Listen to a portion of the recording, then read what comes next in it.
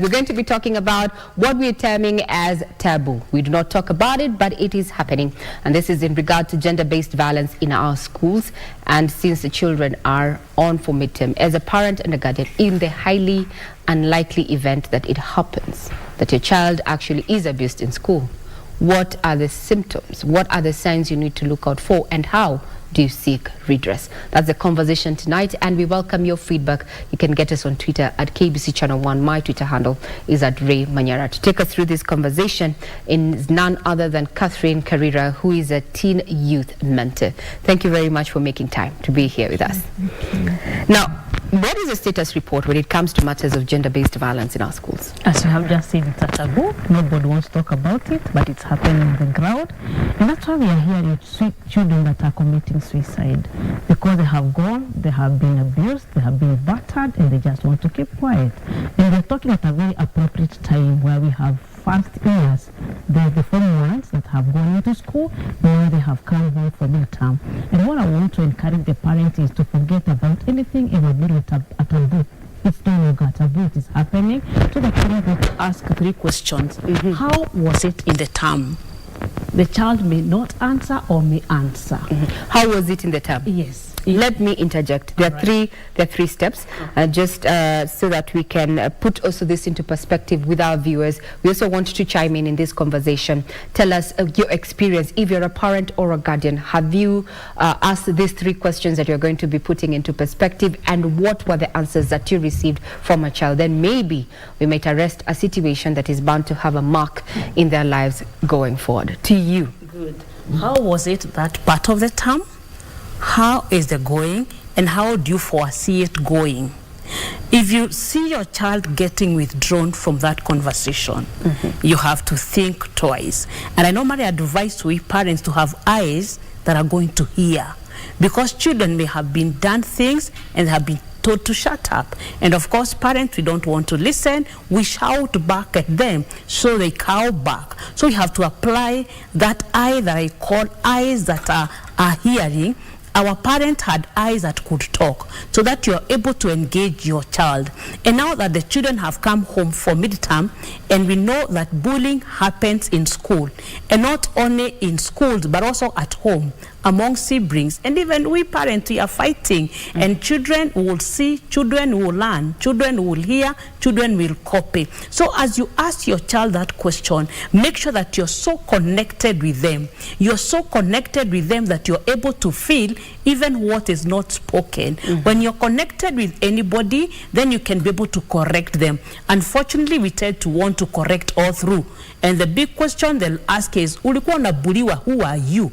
We have to know that the bully person is the one that has a problem with themselves. They are not very happy with themselves. And this bully person is not anybody else other than a child that we have brought up, because they are hurting. And we know that hurting people will hurt others. Hurt people actually hurt others. Yes, but now I'm imagining I ask my child these 3 questions, and they're evasive, or they even break down and actually confess that heinous acts were done upon them, or meted upon them.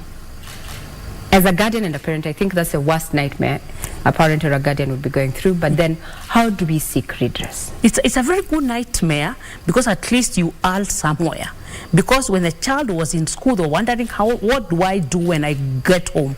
Now they have opened, or they have coiled back. How do we salvage what we have? Fortunately, now we have people like myself who are mentors. But again, we also know we have some mentors that are tormentors. Again, now we know that Kenyans, we are appreciating counseling, and we can go out to churches and we can talk. We can bring in a third party. I was talking about now we are connected to correct. Now, again, we communicate to them, so that when we have communicated, we are able to correspond together. And you can look at your child and get to know, are you being bullied? Are you being molested? By the way they behave.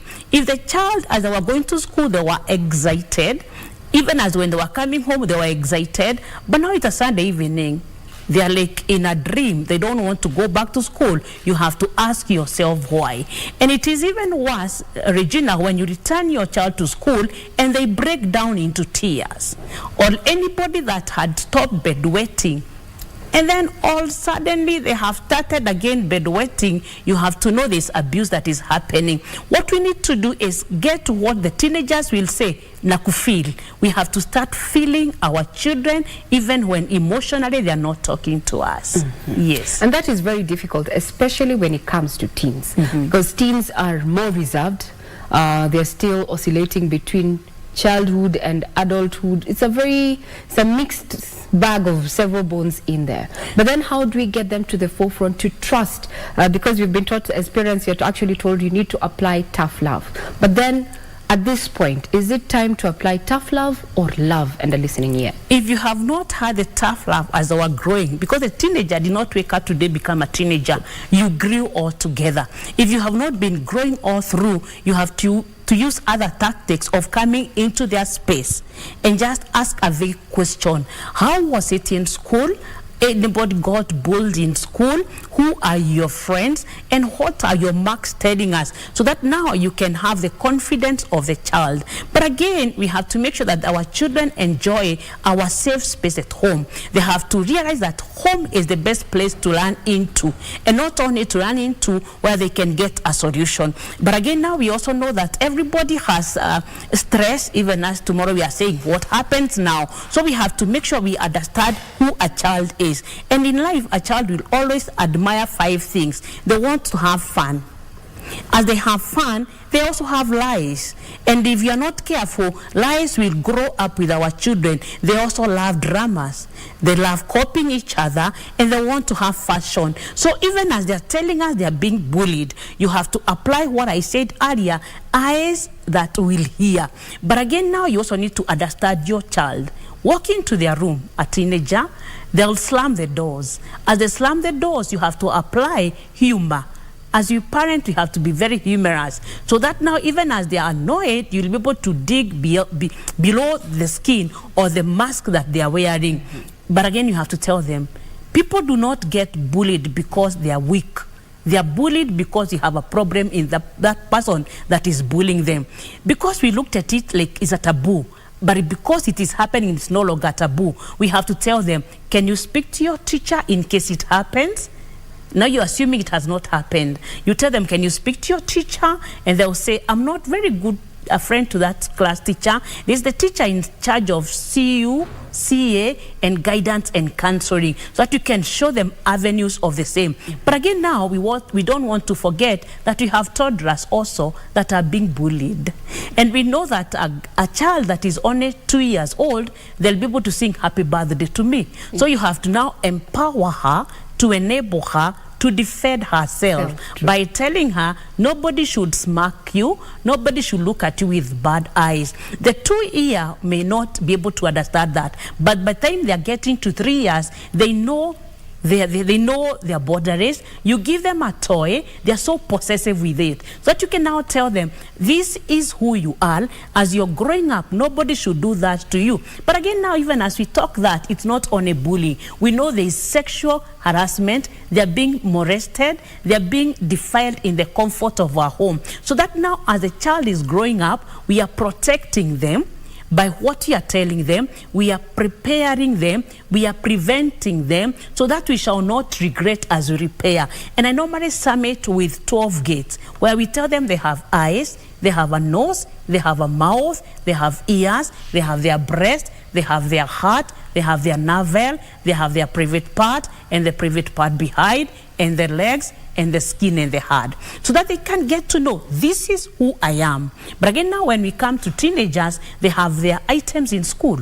We tell them nobody should take it without you knowing, and that is why we label them. They belong to you. Report to the school teacher. If they don't hear you, report again. Check for an avenue to communicate with somebody else in that same school. The issue is these cases highly go unreported. And how then, we have said we teach them at home. We tell them what is right, what is appropriate. But then we all know the situation in school is totally different. I went through the system, I went through boarding school. It's quite different than what we are experiencing right now. Things on ground are different. And I read somewhere that you can have kind of a secret communication code with your child. Would this help? That you sit down and have a child, you have a safe word that a child can use with you and no one else can actually tell what it is you're discussing. The mistake we can do now is parent the way we were parented. Okay. But even as we parent differently, discipline and manners and confidence should not be compromised. So you must make sure you feel, remember the word I said, you feel your child so that they can be able to confine in you. But again, remember I said that they also love drama. Could they be creating an imaginary thing? But we cannot afford to assume anything because it's a very fragile generation. A generation that thinks that suicide is an escape of matters, so that we can have a working relationship with them. We can have that message even if they have not spoken. I called it eyes that will hear. That hear. Yes. Eyes that hear. Yes. Now, as we're working towards the closing of this conversation, I'm imagining a parent and a guardian right now is struggling. A Form 1, the child has come back. They've never been in Form 1 before. They're seeing some changes in their children.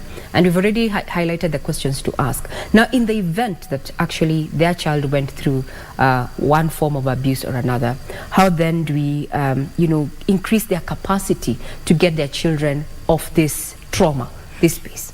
Good. Now, if they have been traumatized, we have to understand that they need to go and see a mentor or a counselor. And then as they go to see the counselor, they have to open up. And of course, teenagers do not want to rush into trusting anybody. So the counselor, the mentor, has to come into their space and assure them of confidentiality and of their good mental wellness. But in the eventuality of this child has gone through trauma and they are defiant, they are saying, I don't want to go back to that school. Parent, please, we have to consider, because we have pushed our children to go back to the school, they were running away and they have ended up committing suicide. But I also want to tell them that suicide is a horrible, terrible, permanent solution to a temporary problem. Can they talk? You are better off being looked like a coward, like a weakling, instead of going back with your trauma and you sit back and you condemn yourself. Parent, let me give you one tip. If you see your child that had finished urinating on bed and they have gone back, that is a screaming sign of trauma. Of trauma. Yes. Or even the one that loses everything. Today your blouse is gone, your shoes are gone, you have basically nothing because they're not able to concentrate, they're not feeling very, very safe with themselves. Yes. I like what you have said. That's a serious sign. Back to bed wetting or loss of property, yes, that they would have had one. Yes. Now, as we come to a close, Madam Catherine, is it the high time that you had learning institutions now also invest in counselor, professional counselors, so that we can address this issue of mental wellness, especially for our children in school? Yeah, actually, that should have been done like yesterday. But again, as they come in to counsel these children, they have to come to their level. Children do not want people that come and talk big. They want people that can be able to relate with them. They want people that can be able to hammer and harmonize them. But even you as a mother, as a father, as a guardian, you have to apply that skills of hammering and harmonizing. It is very true. The world is changing every day. Here we are now, we are hearing even of what the Supreme Court ruled about LGBTQ.